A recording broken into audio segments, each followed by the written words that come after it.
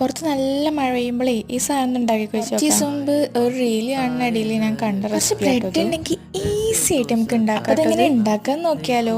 അപ്പോൾ ആദ്യം നമ്മൾ ബ്രെഡ് ഉണ്ടല്ലോ നല്ലോണം ഒന്ന് ചൂടാക്കി എടുക്കുക. കരിക്കണ്ട, പാകത്തിന് ചൂടാക്കി എടുക്കുക. നെയ്യ് ഇട്ടിട്ട് ചൂടാക്കി എടുക്കുക, അല്ലെങ്കിൽ ബട്ടർ ഇട്ടിട്ട് ചൂടാക്കി എടുക്കുക. ബ്രെഡിനെ നമ്മൾ അടുക്കി വെച്ചിട്ട് ക്യൂബ് പോലെ നമ്മൾ കഷ്ണം വെട്ടിയെടുക്കണം. ഞാൻ ഇവിടെ കുറച്ച് വലുതായിട്ടാട്ടോ കട്ട് ചെയ്തിട്ടുള്ളത്. വേണമെങ്കിൽ ഒന്നുകൂടി ചെറുതാക്കി കുറച്ച് ഉപ്പിട്ടിട്ട് അത് മിക്സ് ചെയ്തിട്ട് അതൊന്ന് വറുത്തെടുക്കുക. മസാല റെഡിയാക്കാട്ടോ.